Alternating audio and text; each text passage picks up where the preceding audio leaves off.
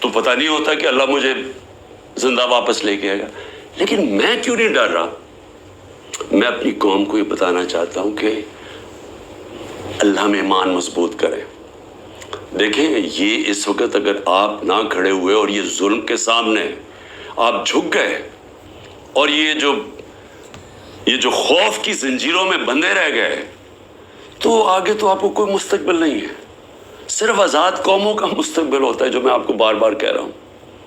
میں صرف اپنی قوم کو آخر میں یہ کہنا چاہتا ہوں کہ دیکھیں پھر سے یہ دو راستے ہیں اب ہمارے سامنے. ہم ایک زندہ قوم کی طرح کھڑے ہوں، ہم ایک قوم فیصلہ کرے کہ ہم نے یہ ظلم نہیں برداشت کرنا، کہ ہم ساری قوم کھڑی ہو ان لوگوں کے ساتھ جن کے گھر توڑ کے رات کو جا کے پولیس جا کے ان کے اوپر ان کا گھر لوٹتی ہے، توڑتی ہے.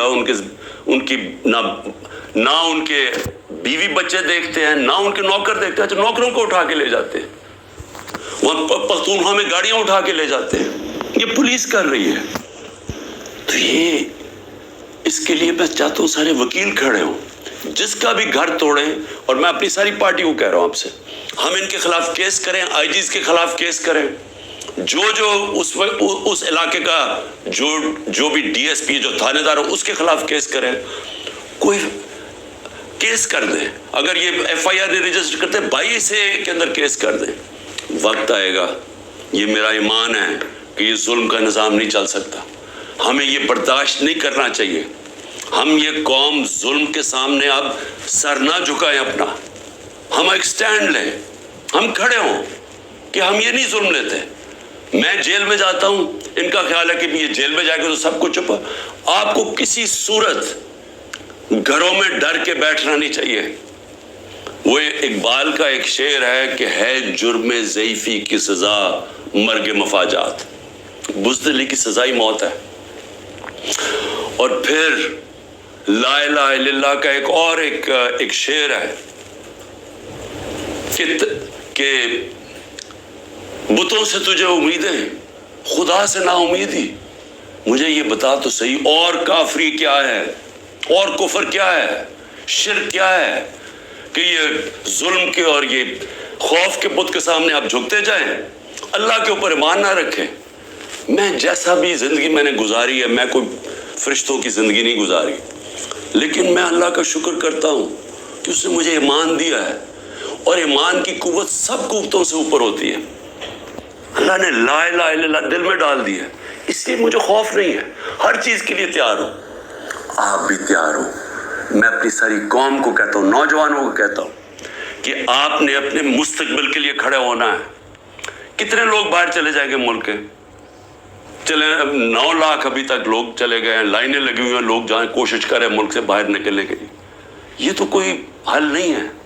کھڑے ہو کے ملک کے لیے جنگ لڑے، کھڑے ہو مقابلہ کریں. بھاگنا تو سب سے آسان کام ہے. میں پہلے زرداری نہیں باہر بھاگ جاتا تھا، نواز شریف جب اپوزٹ باہر بھاگ جاتے تھے. میں کیوں نہیں باہر بھاگ رہا؟ کیونکہ میں اس ملک سے، یہ ہے میرا ملک. میں کیوں ملک چھوڑ کے جاؤں؟ میں نے کوئی چوری نہیں کی، میں کیوں نہ کیسز لڑوں؟ میں کیوں باہر بھاگوں؟ اور میں وہ ان میں سے نہیں جس نے جب باہر جا کے جس نے پیسے جمع کیے ہوئے ہیں، بادشاہوں کی طرح باہر رہ رہے ہیں. مجھے تو پتہ کتنا مہنگا وہاں رہنا. رہتے کیسے؟ 400 روپے کا تو 1 پاؤنڈ ہے. کدھر سے ان کے پاس پیسے ہیں؟ یہاں کا چوری کیا ہوا پیسہ باہر ہے. یہیں رہیں گے، یہاں لڑیں، کھڑے ہوں گے پرامن طریقے سے. ملک پہ توڑ پھوڑ نہیں کریں گے، لیکن ہم یہ واضح کر دیں گے کہ ہم ہمارے محمد مصطفیٰ نبی صلی اللہ علیہ وسلم کی امت ہے. ہم لا الہ الا اللہ میں ماننے والے لوگ ہیں. اللہ جب کسی کو ایمان دیتا ہے ان کے خوف دور کر دیتا ہے. ہم خوف کی زنجیر توڑ بیٹھے ہیں اور ہم یہ ظلم کسی صورت اب قبول نہیں کریں گے. پاکستان زندہ باد.